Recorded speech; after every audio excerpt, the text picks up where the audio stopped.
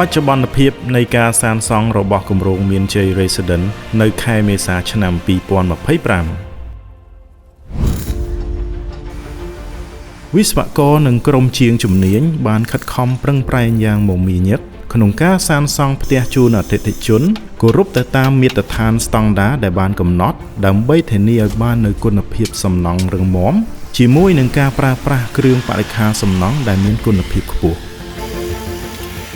វឌ្ឍនភាពនៃការសាងសង់នៅតែបន្តទៅមុខឥតឈប់ឈរក្នុងនោះផងដែរហេដ្ឋារចនាសម្ព័ន្ធសំខាន់ៗមានដូចជា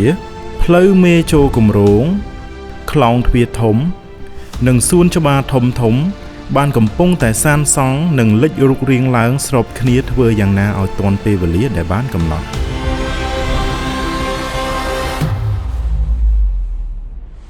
ពួកយើងមិនមែនគ្រាន់តែសាងសង់ផ្ទះប៉ុណ្ណោះទេគឺយើងកំពុងសាងសង់ទីកន្លែងមួយដែលបង្កើតនូវក្តីសុបិនពេលវេលានិងការចងចាំដ៏ល្អដោយមានសន្ទុះក្នុងការគាំទ្រយ៉ាងច្រើនពីសំណាក់អតិថិជនបានធ្វើឲ្យគម្រោងយើងខ្ញុំបដិញ្ញាអភិវឌ្ឍខ្លួនឲ្យកាន់តែរីកចម្រើនទៅមុខសូមអរគុណអតិថិជនដែលបានជឿជាក់និងផ្ដល់ទំនុកចិត្តមកលើគម្រោងមានជ័យ Residence កន្លងមក